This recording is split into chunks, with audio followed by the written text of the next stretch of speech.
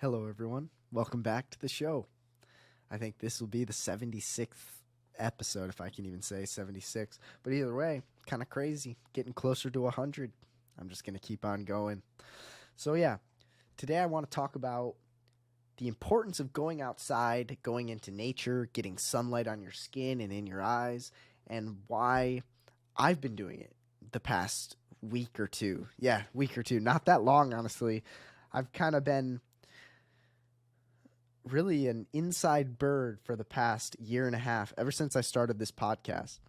It's like I got so engrossed by my podcast work and editing and clip making and recording podcasts and writing up stuff. And I don't know, if you look back about a year ago, you'll see that I am a pale MF. I am one of the more pale people I've ever seen. And my brother would always make fun of me, which is fine. But this year, I've been trying to switch that. I've decreased my workload in regards to the podcast, and now I've been able to spend a little bit more time outside. Every single morning, I wake up, I sit on my porch and listen to an audiobook and look towards the sun, not at the sun, but Huberman's always talking about that, and it's been very helpful. And then soon after, I take a walk, keep listening to that audiobook, and I've been able to shred through audiobooks, get sun, become tan, feel great, and sleep amazing. And those are just small reasons why, but I kind of wanted to do an in-depth dive of why, if you're stressed or if you're not enjoying your life at the moment, it'd be interesting to see how just going outside for a 20-minute walk could truly change that. And it's changed that for me, and I don't know if I'm ever going to stop because it's one of my new favorite things. So yeah, I guess there's been quite a few studies that show that going outside and being in nature can help reduce stress, anxiety, depression. Those are all kind of buzzwords, but either way, you get the gist. It helps you relax and restore qualities. I shouldn't be reading. I should just be. It helps reduce the stresses that are found in typical urban environments.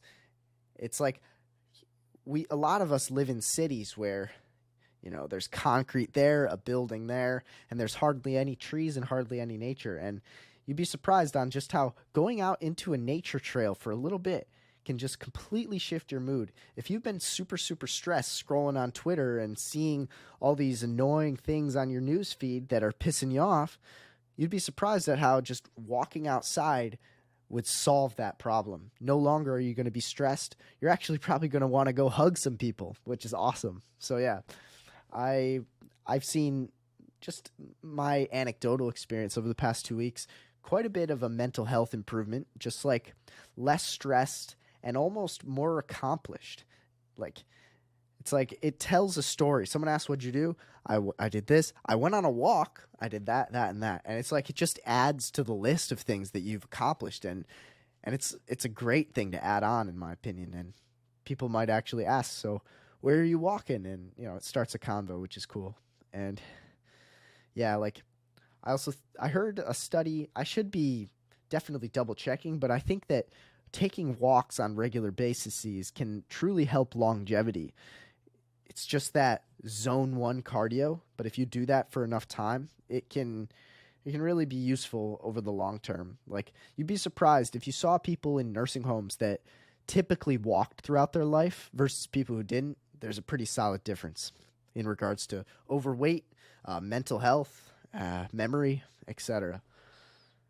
And yeah, let's say, you're stuck inside and you probably aren't going to be in the mood to do something active. But if you can just push past that feeling of not wanting to go outside and get outside for a little bit, you might actually be in the mood to be like, I'm not just going to walk today. I'm going to take a jog. Man, the sun is just amazing. I'm going to sit here and do some push-ups. Wow. And just the things can add on as once you form the habit of I'm going to go outside, then you can form the habit of going on a walk, going on a jog, doing some push-ups. It's a beautiful little train that occurs. And yeah, I think that, everyone knows, or at least everyone should know, that exercising on a regular basis will help reduce the risk of the two worst ways, or the two most likely ways you're going to die in America, which is heart disease and cancer. And if you exercise regularly, both of those risks decrease heavily. And so I'm a huge fan of decreasing those risks, and I think going outside is a great idea to help with that, especially due to the exercise that occurs when you're outside. All right, another reason to go outside, vitamin D production. Maybe you heard about this a few years ago when COVID occurred. People were talking about how vitamin D can actually be pretty useful in decreasing the chances of getting COVID and the symptoms of COVID once you have it. And I think it was showing that, 42% of the population has a deficiency in vitamin D. And this can be solved in literally just going outside for the most part. If you listen to my episode on DNA and genetics, the guy who I was interviewing said that he actually has a mutation that makes it, no matter how much time he spends outside, he still has to supplement. Whereas some other people might, if they go outside just a little bit, they might have too much vitamin D. So it's like there's an interesting individual aspect to this. But on the majority, most people would benefit from going outside at least 15 minutes a day. And yeah, I also see a study that says 13% of American adults are on antidepressants. And I'm wondering if those 13% of Americans, how many percent of those people are regularly going on walks outside in nature? It'd be interesting to figure that out. I don't know how one would figure that out, but either way, if more people just got outside and started walking, I really think people would have less need to want to take an antidepressant. But I'm speaking from someone who's never taken any, but it's just putting some pieces together to try to speculate here. Yeah, and I guess, when I've been going on this walk, sometimes it's been useful to even just go on the walk and not put on any podcast or book and just go without my phone. And that has been kind of useful in the sense of like, what is my mind thinking about, and what do I need to wrestle with in my mind? What problems do I need to solve? And I actually recently just got this small little notebook, and it's pocket sized. So if I ever have a thought, I'm going to pull it out and I put notes on in here versus, I have a thought. Let me try to remember what it is. Let's try to put I got a text from my girlfriend. Oh, I got 3 work emails. Oh, this. And it's just like, let's not do that. Let's go back into the last century or two and start writing some notes manually again, because I think that's going to help me. That's just a little side idea that I've had. But yeah, another interesting benefit from getting outside, specifically right when you wake up, getting outside and getting sun on your eyes. You may have heard of Andrew Huberman talking about it, but it helps set your circadian rhythm. If you're getting sun in your eyes right when you wake up, your body's knowing like, oh, okay, in 16 hours, you're going to start feeling sleepy, because that's the natural sleep cycle. 8 hours sleep, 16 hours conscious.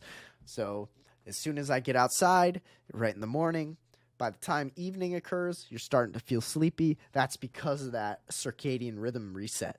And I'm the kind of person who, I will be on my computer till 2 or 3 a.m., and that's one of the worst things you can do. That screws your circadian rhythm, because this artificial light that you're putting in your eyes at 2 or 3 a.m., it's making you feel like this is now the morning still, or it's still during the day, and it makes it harder for you to wake up the next day and harder for you to fall asleep the next night. And, I'm preaching to myself right now, because I'm the person who really needs this.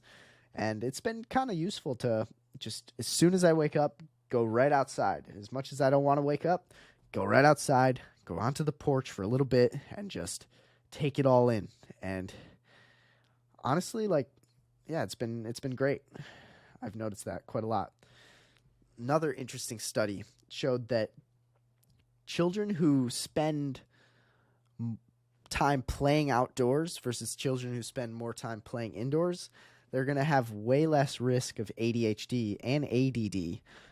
And it's interesting because it's like, who knew that just going outside and playing like any of our ancestors would provides better results than people who play on iPads all day.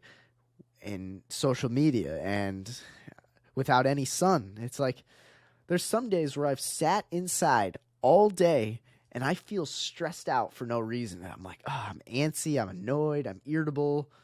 And then it's like, and then I walk outside to go to the gym and I'm like, wow, life is nice actually outside. I was busy dealing with all these screens and I was getting stressed out. Who knew that I could have just walked outside and changed that entire scenario? And I found that to be pretty beautiful. And yeah, let's see. Yeah, it said that, yeah, this study occurred back in 2004, that children who are inside most of the time when they're playing have a high risk of ADHD compared to those who play outside on a regular basis. And when I become a parent one day, my goal is to reduce the screen use as much as possible and get the children outside. And I would need to be a great example here, because I can't be the guy who's saying no screens and then I got 6 screens in my room, 1 in my pocket, 1 in my glasses, 1 on my wrist. It's like, no, you can't, that'd be double standard right there. So yeah, just always thinking of the future, you know me. So another interesting thing is that when you're actually out in nature near trees, there's something that trees release called phytoncides. I can't even really say it. Phytoncides. And they boost natural killer cells. And this will also help reduce the risk of cancer and diabetes and heart disease. And I found that to be pretty beautiful as well. And if you learned back in science class back in the day, trees emit oxygen. And when you're surrounded by lots of trees, you're getting deeper, fresher air. You can take deeper breaths. And when you're inside in a stuffy room all day, you're not getting as much high-quality air. And that could also probably lead to lower mental health. Yeah, and I guess this practice is called forest bathing. It's a Japanese concept of being outside, taking in the phytoncides and the increased oxygenated air. So yeah, it's pretty beautiful. I see that as a great strategy for a lot of people.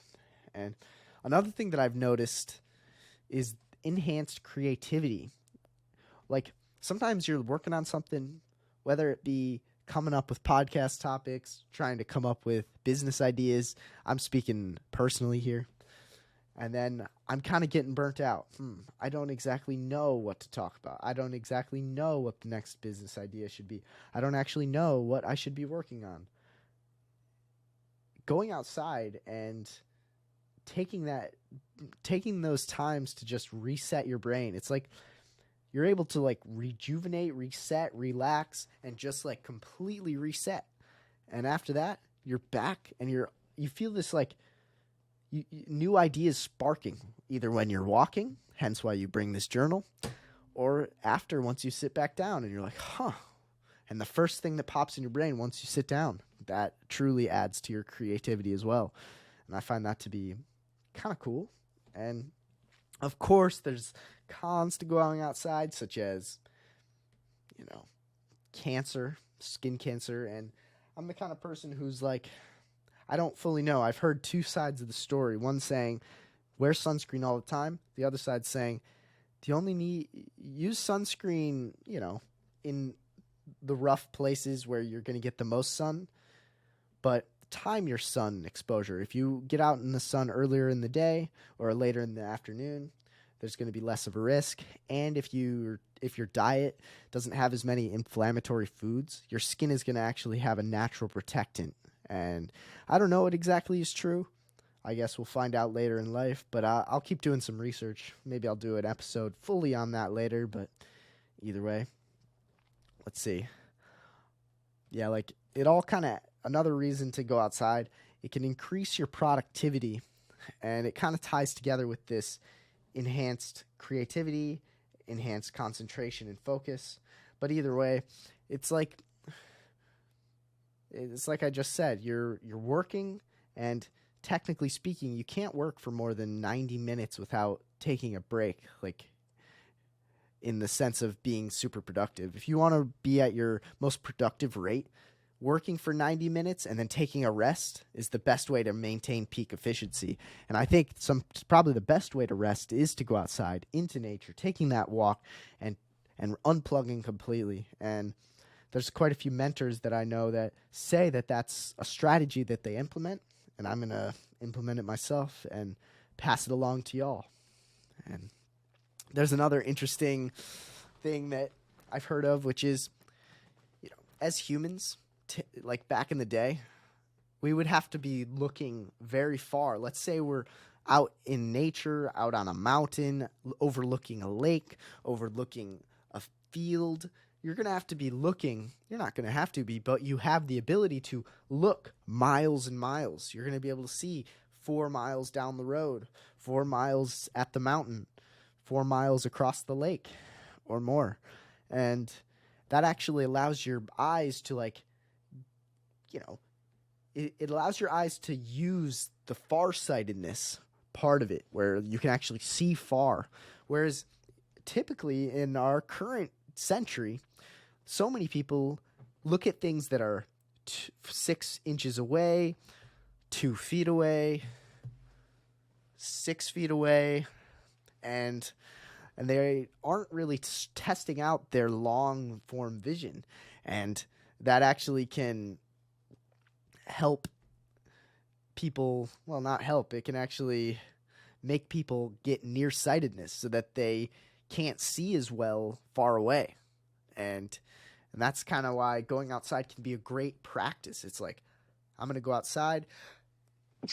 I'm going to sneeze as well. Yeah, I'm going to go outside and look a far distance. And yeah, I see that as a pretty cool benefit of going outside.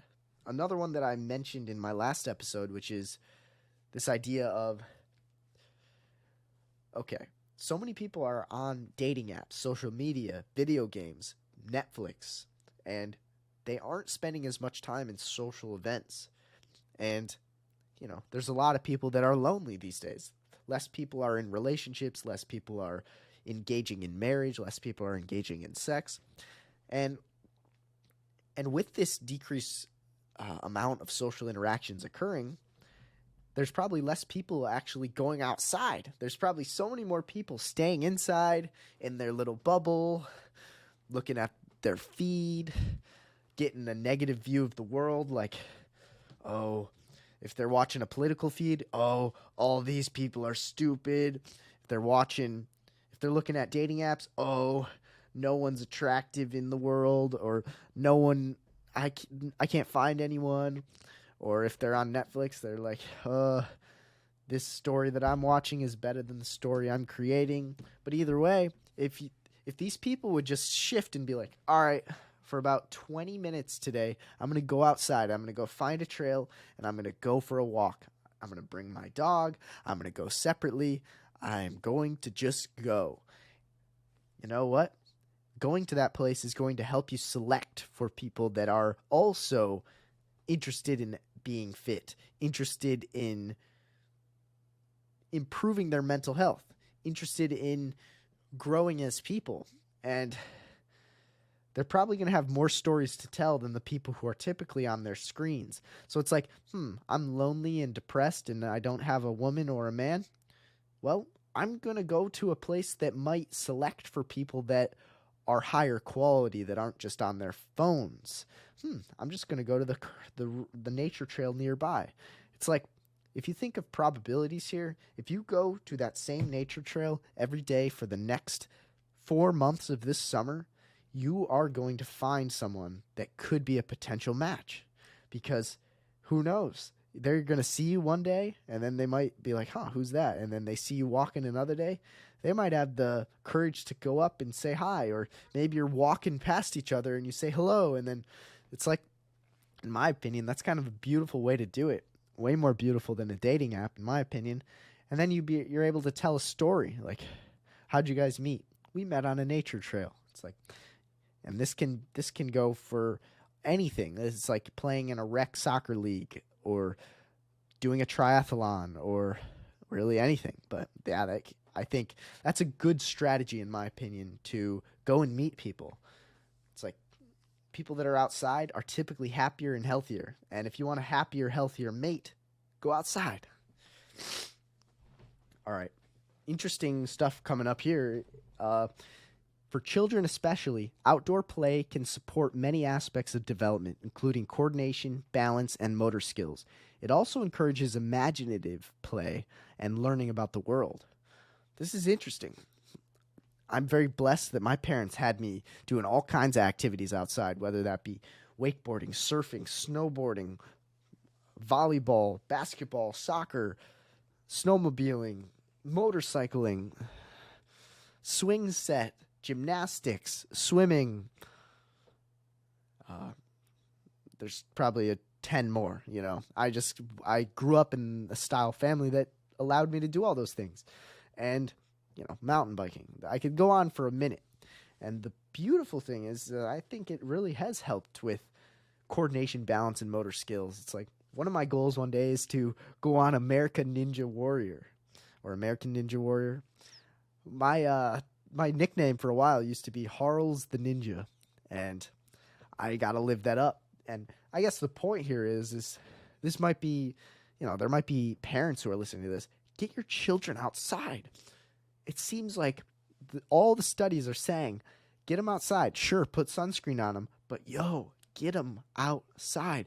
Why in the world are so many children on iPads? You walk into a restaurant and you see a 7-year-old guy on an iPad and a 8-year-old girl on her phone on Instagram, and you're like, you know, isn't it interesting how alcohol you have to be 21, weed you have to be 21, cigarettes you have to be 21, but Instagram and phones and all this, you can really be any age?